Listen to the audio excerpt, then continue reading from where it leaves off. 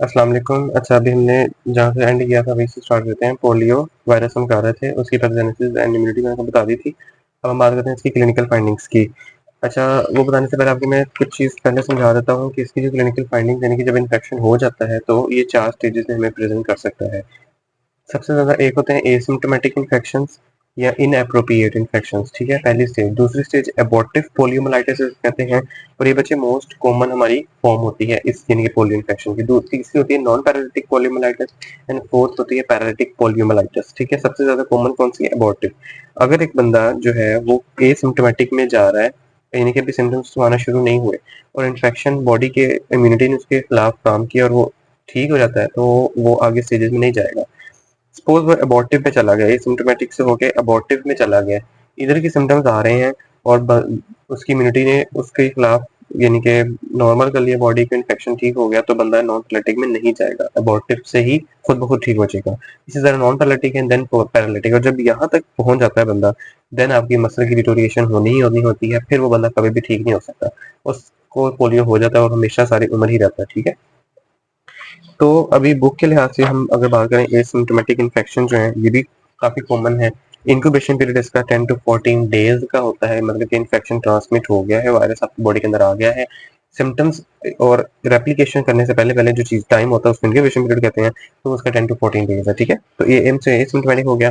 फिर आपके पास आता है एबॉर्टिव पोलियोमाइलाइटिस। एबॉर्टिव पोलियोमाइलाइटिस में जो फीचर्स है ना बच्चे, वो आपकी नॉर्मल नहीं है, मतलब आपका फीवर होगा हल्का सा, गला खराब होगा, सर दर्द करेगा, इस तरह की चीजें, नोजिया होगा, वॉमिटिंग होगी, ठीक है।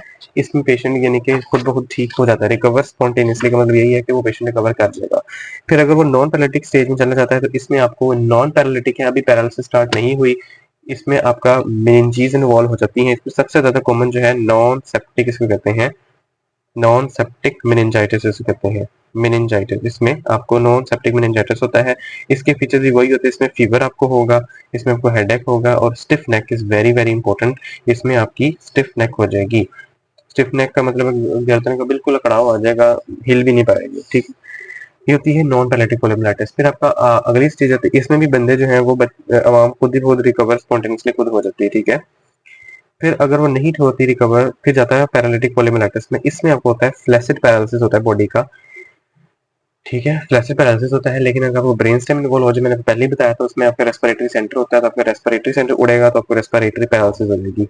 पेनफुल मसल स्पैज्म भी हो सकते हैं, जब यानी कि पैरालिसिस होने से पहले जो मसल के अंदर अकड़ाव आएगा उसमें पेनफुल मसल स्पैज्म को कहते हैं, ठीक है। जो मोटर नर्व डैमेज आपको पता है कि मैंने आपको बताया था कि इसमें कौन से होते हैं, anterior horns of spinal cord involve होती है। ये अगर मैं स्पाइनल कॉर्ड बताऊं, ये anterior horns of spinal cord मैंने 3 बना दिए, ठीक है। सपोज ये वाला जो है डैमेज हो गया, ये अल्फा मोटर न्यूरॉन डैमेज हो गया है। मोटर नर्व डैमेज जो है ये आपका कंप्लीट होता परमानेंट है, लेकिन कभी कभार कंप्लीट नहीं होता, ठीक है। अक्यूट रिएक्शन के अंदर, अक्यूट इन्फेक्शन के अंदर कंप्लीट नहीं होता, क्योंकि जो इसके अंदर से जब नर्व्स निकलेंगी, अगर ये डैमेज हुआ है तो साथ वाले तो काम कर रहे हैं, अगर ये डैमेज नहीं हुए तो ये टेक ओवर कर लेंगे इसका, और इसका इस मसल का थोड़ा बहुत फंक्शन अभी रिटेन रहेगा, ठीक है, रिटेन रहेगा, लेकिन टाइम के साथ साथ वो भी जाता जाएगा। मैं बाद में बताता हूँ, पोस्ट पोलियो सिंड्रोम में होता है वो चीज। अभी जो आपको बता रहा हूँ कि जो आप एक तो आपका नॉन पैरालिटिक से में हो गया पैरालिटिक, पैरालिटिक में आपको फ्लैसिड पैरालिसिस होगा, हमेशा याद रखना। फ्लैसिड पैरालिसिस होता है, मसल बिल्कुल ढीले हो जाते हैं और उसके अंदर से सप्लाई बिल्कुल खत्म हो जाती है, जान निकल जाती है मसल के अंदर। तो एक तो फ्लैसिड पैरालिसिस होती है, रेस्पिरेटरी पैरालिसिस भी होती है और पेनफुल मसल स्पैज्म भी आते हैं। मोटर नर्व डैमेज जो है होती तो परमानेंट है, लेकिन some recovery the muscle function occurs, जैसे कि साथ वाले नर्व जो है वो टेक ओवर, ठीक है। इसका डैमेज हुआ था, इसका डैमेज हुआ था, साथ वालों ने उसको एकोमोडेट किया और इसका टेक ओवर कर लिया इसके फंक्शन, तो आपका मसल फंक्शन जो है वो थोड़ा बहुत बच जाएगा, लेकिन होता परमानेंट है। इसका जो डैमेज हो गया वो कभी भी वापस नहीं आ सकता, ये परमानेंट डैमेज होता है, ठीक हो गया।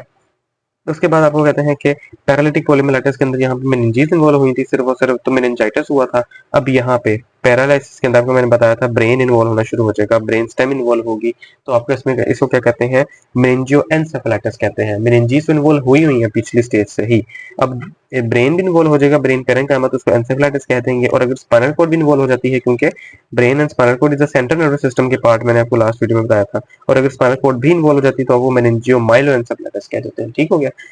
फिर आ जाता है, ये 4 स्टेजेस तो पूरी हो गई। अब आता है पोस्ट पोलियो सिंड्रोम, क्या होता है। इन्फेक्शन हुआ था, पैरालिसिस हो गई बंदे को, ठीक है, हो गया फारज, मसल फंक्शन कुछ बच गया, जो कि यहाँ पे मैं आपको बताया था कि बाकी nerve take over the function कर लेती हैं और मसल फंक्शन रेजिजुअल जो है, कुछ मसल फंक्शन रेजिजुअल रह जाता है, बच जाता है कुछ मसल फंक्शन, ठीक है। सपोज 100% में से वो 40% काम कर रहा है, मसल अभी भी थोड़ा बहुत कर रहा है। पोस्ट पोलियो सिंड्रोम ये होता है सालों बाद, बहुत टाइम बाद आपका एक और फेज आता है जिसमें ये फंक्शन भी उड़ जाता है, उसका मसल फंक्शन जीरो पे आ जाता है, ठीक है।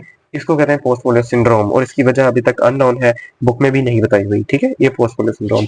लैब डायग्नोसिस में बच्चे इसके 3 पॉइंट्स हैं लैब डायग्नोसिस में, रट लो ज़हन में। एक तो आपने आइसोलेशन ऑफ द वायरस करनी है, सेल कल्चर के ऊपर ग्रोथ करवानी है। आइसोलेशन ऑफ द वायरस कैसे करते हैं, आपको मैंने बताया था कि ये प्रोलिफरेट कहाँ पे करता है, फीकल और रूट का ट्रांसमिशन है तो ओरोफेरिंक्स में इसने प्रोलिफरेट करना है। हमने वहां से वायरस का सैंपल लिया, थ्रोट से, गले से ले लिया, माउथ से ले लिया, इंटेस्टाइन से, स्टमक से सैंपल लिया वायरस का, ठीक है। ये आ गया वायरस का सैंपल। वायरस आपको पता है खुद ग्रो नहीं कर सकता, हमने इसको सेल कल्चर के ऊपर ग्रो कर, ये एक प्लेट होती है जिसके अंदर ना सेल पड़े होते हैं, सारे के सारे आर्टिफिशियल सेल कल्चर होता है। हमने इस वायरस को इसके अंदर इंजेक्ट कर दिया, ये वायरस इस सेल को यूज करते हुए यहाँ पे ग्रो कर गया, काफी सारे वायरस, सपोज वायरस बन गए काफी सारे, ठीक है। इन वायरस ने आके इन्हीं सेल को डैमेज करना शुरू किया, जाहिर बात इसको भी इन्फेक्शन करेंगे, इसको डैमेज करेंगे। इन सेल के अंदर एक चेंज, कुछ चेंजेस आएंगी, उसको कहते हैं साइटोपैथेटिक इफेक्ट, सीपीई इसको कहते हैं। साइटोपैथेटिक इफेक्ट आ जाएगा इन सेल्स के अंदर। सपोज इस सेल की सेल मेम्ब्रेन डैमेज हो गई, वो वायरस ने की, इस सेल का साइटोप्लाज्म जो है वो सारा बाहर आके निकल गया, इस प्लेट के अंदर गिर गया, वो भी किसने किया, वायरस ने किया। इस सब मैं एग्जांपल दे रहा हूँ, ये सारा साइटोपैथिक इफेक्ट आ रहे हैं, सीपीई आ रहा है जो कि इस वायरस की वजह से आ रहे हैं। हम इन सीपीई को फिर हम एक एंटी सीरा डालेंगे, सपोज इस वायरस के खिलाफ मैंने इसके अंदर डाल दिया एंटी सीरा, एंटी सीरा मैंने डाला, ठीक है, और ये साइटोपैथिक इफेक्ट आना बंद हो गए। तो इसका क्या मतलब हुआ, वायरस इन्फेक्ट हुआ हुआ था, हमने उसको डिटेक्ट कर लिया। ये एंटीसीरा स्पेसिफिक होता है, जो पोलियो के खिलाफ एंटीसीरा होगा वही इसको आगे रोक सकता है, साइटोपैथिक इफेक्ट को वही खत्म कर सकता है। तो हमें पता चल जाएगा कि जो एंटीसीरा हमने डाला था पोलियो का था और ये इफेक्ट खत्म हुए हैं, इसका मतलब पोलियो ही वहां पे ग्रो कर रहा था और बंदे के अंदर जो सैंपल गया था थ्रोट से वो पोलियो वायरस ही था। समझ आई बात की। इसको कहते हैं आइसोलेशन ऑफ द वायरस, हमने किस तरह आइसोलेट किया वायरस को। एक ये है डायग्नोसिस का पॉइंट, समझ नहीं है तो रिपीट करके दोबारा पीछे से देख लें। दूसरी बात पीसीआर कराना है, इसका आरएनए की ग्रोथ करवानी है पीसीआर की, वो पता चल जाएगा। तीसरा पॉइंट जो है राइज इन द एंटीबॉडी टाइटर है, कि बॉडी के अंदर आपके एंटीबॉडी टाइटर जो इसके खिलाफ बने होते हैं, वायरस के खिलाफ, वो बढ़ते जाएंगे। सपोज आईजीए, आईजीएम और आईजीजी अगेंस्ट किसके, पोलियो वायरस के खिलाफ जो भी आपकी आईजीजी इनके टाइटर, इनकी अमाउंट जो है, क्वांटिटी जो है बॉडी के अंदर बहुत बड़ी हुई होगी, तो उससे भी ये पता चलेगा कि बॉडी के अंदर इन्फेक्शन जो है वो किसका हुआ हुआ है, पोलियो का हुआ हुआ है, ठीक है। इसके लैब डायग्नोसिस के 3 पॉइंट ध्यान में रखना। ट्रीटमेंट और प्रिवेंशन आपने नहीं करनी होती, माइक्रोबायोलॉजी में किसी भी ऑर्गेनिज्म की नहीं करनी, पेपर में नहीं आती। तो ये था आपका पोलियो वायरस, ठीक है, सारा मैंने करा दिया। अब एक आता है आपका कोक्सेकी वायरस, जो कि एमसीक्यूज के वजह से आपने करना होता है, ये प्रॉफ में इसका क्वेश्चन कभी भी नहीं आया पेपर में, तो आपने इसको इतना खास इंपॉर्टेंट नहीं करना। ये डिजीज वाला पैराग्राफ छोड़ दो, ये टेबल अच्छी तरीके से रट लो, बहुत इंपॉर्टेंट टेबल है। इसमें बच्चे कोक्सेकी वायरसेस की टाइप्स ए बी, दो टाइप्स होती हैं, ठीक है। जो ए वायरसेस हैं, टाइप ए की वायरसेस, वो क्या कराते हैं, hand foot and mouth disease, herpangina, haemorrhagic conjunctivitis. इसकी मैं डिटेल आपको बताता हूँ। जो टाइप बी है वो कहता है myocarditis, pericarditis, pleurodynia, myositis and diabetes भी करवाता है। और जो नीचे वाले दोनों हैं, जो दोनों कॉमन है, इसमें एसेप्टिक मेनिंजाइटिस है, कॉमन कोल्ड है, फेरिंजाइटिस है, फेब्राइल रैश है, एक्यूट फ्लैसिड पैरालिसिस, ठीक है। अब ये टेबल आपने रट लेना है, ये टेबल बड़ा इंपॉर्टेंट है, इस डिजीजेस के नाम आपको लाजमी आने चाहिए। वो एमसीक्यू में पूछेगा हेमरेजिक कंजंक्टिवाइटिस कौन कराता है, कोक्सेकी की टाइप ए कराती है। इंपॉर्टेंट प्रॉपर्टीज बचे आपको मैंने लास्ट टाइम टेबल से बताया था कि टेबल से करनी होती है, जो कि आप एक दफा रिवाइज अगर मैं करवाऊँ तो इसकी आपकी फैमिली भी corona virus family, single strand पूरे चैप्टर के थे, सिर्फ ये एक रोटा वायरस को छोड़ के। सिंगल स्ट्रैंडेड पॉजिटिव था, इसके पास अपना आरएनए पॉलीमरेज नहीं था, न्यूक्लियोसाइडल था, एनवेलप इसके पास नहीं है क्योंकि एनवायरनमेंट से थ्रू ये फैलते। ट्रांसमिशन वही फीकल और रूट है, एंड इसका respiratory aerosols also play a role. सिर्फ इसी ऑर्गेनिज्म में है बच्चे, और कहीं भी हमने जब पोलियो तक पढ़े हैं किसी में भी रेस्पिरेटरी रूट नहीं आता, ठीक हो गया। पैथोजेनेसिस इम्यूनिटीज की आपने छोड़नी है, नहीं करनी। क्लिनिकल फाइंडिंग्स में वही ग्रुप ए डिजीज जो है। अब हाइपरपेंजीनिया क्या होता है इसकी डिटेल बताता हूँ आपको। इसमें बच्चे आपका फीवर होगा, सोर थ्रोट होता है, एंड वेसिकल्स बनते हैं ओरोफेरिंक्स के अंदर, ठीक है। मतलब छाले नहीं जिस तरह हो जाते हैं पानी वाले, उसमें ओरोफेरिंक्स के अंदर, गले के अंदर आपके वो बनाएंगे। मेनली इसमें सोर थ्रोट ही होता है। Hand foot and mouth disease के अंदर भी यही होता है, हाथों पे, पाँव पे और माउथ के अंदर आपके वेसिकल्स बनते हैं, छाले तरह बनते हैं। जो स्किन के ऊपर बनते हैं बच्चे हमेशा याद रखना उसको वेजिकुलर रैश कहते हैं, और जो माउथ के म्यूकस मेम्ब्रेन के अंदर बनते हैं उसको अल्सरेशन कहते हैं। ठीक है, ये फर्क आपको पता होना चाहिए। उसके बाद जो इसकी है एक्टोक्सेकी A24 ए टाइप ए का जो 24 वाला वायरस है वो करता है haemorrhagic conjunctivitis. This is MCQ point, ये आपका एमसीक्यू पॉइंट आपका होता है। ठीक है, अब ग्रुप बी में आपको पता ही है प्लूरोडाइनिया, मैंने आपको बताया था। प्लूरोडाइनिया क्या होता है बच्चे, सीवियर चेस्ट पेन होती है, इसको डेविल्स ग्रिप भी कहा जाता है। डेविल्स ग्रिप, शैतान की पकड़, डेविल्स, इसका ये मतलब है। ये बहुत बुरी बीमारी होती है, इसमें आपको पहले तो सिंपल सा फीवर होगा, फिर आपको इतनी गंदी चेस्ट पेन होगी, प्लूरोटिक चेस्ट पेन होगी, सांस लेने में भी आपको शदीद दर्द होगी, अब सांस लेना बंदा छोड़ देगा, इतनी दर्द होती है यहाँ पे। अब प्लूरोडाइनिया होता क्यों है, पेन होती है ये मसल्स की, मायोसाइटिस, क्योंकि मायोसाइटिस भी करवाता है, तो इंटरकोस्टल मसल्स जो रिब्स के दरमियान होते हैं उनकी इन्फ्लेमेशन होती है और शदीद दर्द होती है। तो जब आपको पता है रेस्पिरेशन के अंदर वही मसल्स काम करते हैं, तो फिर वो बहुत पेन होती है, तो उसको कहते हैं प्लूरोडाइनिया। इसमें प्लूरा का कोई मसला नहीं है, मसल्स का मसला। ठीक है, ये याद रखना आपने। मायोकार्डाइटिस एंड पेरिकार्डाइटिस, वो तो सिंपल है। मायोकार्डाइटिस होता है कि जो मायोकार्डियम है मसल, जो हार्ट की 3 लेयर होती है ना, पेरी, मायो, एंडोकार्डियम, जो दरमियान वाली है ना मायोकार्डियम, ये दूसरी और ये सबसे अंदर वाली। ठीक है, इसकी इन्फ्लेमेशन आपकी हो जाती है, इस वाली की, मायोकार्डाइटिस में इसकी, पेरिकार्डाइटिस में इसकी इन्फ्लेमेशन हो जाती है। तो मसल हार्ट जो है ना काम करना छोड़ देगा, डायलेट होता जाएगा, डायलेट होता जाएगा, ग्लोबल हाइपोकाइनेसिया हो जाएगा। हाइपोकाइनेसिया का मतलब है कि उसकी मूवमेंट कम हो जाएगी। जाहिर सी बात है बच्चे, ये भी इन्फ्लेम्ड है, ये भी इन्फ्लेम्ड है, और हार्ट पंप करते करते दर्द होगी हार्ट को, तो वो पंपिंग बंद कर देगा। ठीक है, तो उसमें कंजेस्टिव हार्ट फेलियर हो जाएगा, और डायलेटेड कार्डियोमायोपैथी होती है, इसको कहते हैं डायलेटेड कार्डियोमायोपैथी। यानी कि कार्डियोमायोपैथी का आपको मतलब पता ही होना चाहिए। मायोपैथी मतलब कि मसल क्या मसला है, कार्डिक के मसल का मसला। डायलेटेड मीन बड़े हो चुके हैं, अगर नॉर्मल हार्ट साइज बड़ा हो चुका है। ठीक है, तो ये देखो, डायलेटेड कार्डियोमायोपैथी, ग्लोबल हाइपोकाइनेसिया और द मायोकार्डियम इज अ फेयर्ड सिक्वेले। सिक्वेले का मतलब होता है कॉम्प्लिकेशन इसकी होती है। ओके, उसके बाद डायबिटीज इसमें होती है, क्योंकि इसमें पेनक्रियाटिक डैमेज कर देती है टाइप बी वाले ऑर्गेनिज्म। पेनक्रियास डैमेज करेंगे तो डायबिटीज हो जाएगी। अब अगले में है डिजीजेस, दोनों ग्रुप कराएंगे। सबसे ज्यादा एम्फेसिस आएगा एसेप्टिक मेनिंजाइटिस का।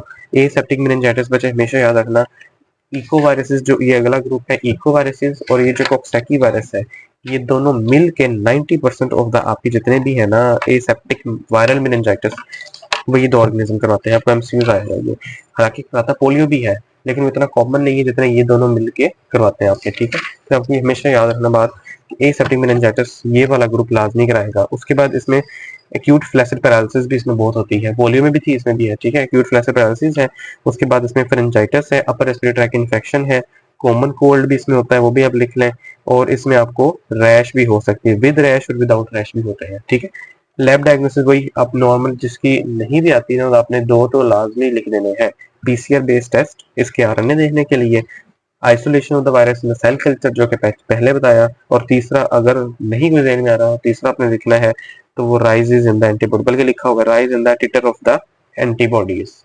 ये 3 तो पक्के हैं। अगर लैब डायग्नोसिस आपको किसी ऑर्गेनिज्म की भूल गई है ना, तो ये 3 लिख लेनी है। पीसीआर बेस्ड टेस्ट जिसमें आपने उस ऑर्गेनिज्म का जीनोम को देखना होता है। अब इसमें क्योंकि आरएनए है तो आरएनए देखेंगे, डीएनए होगा तो डीएनए देखेंगे।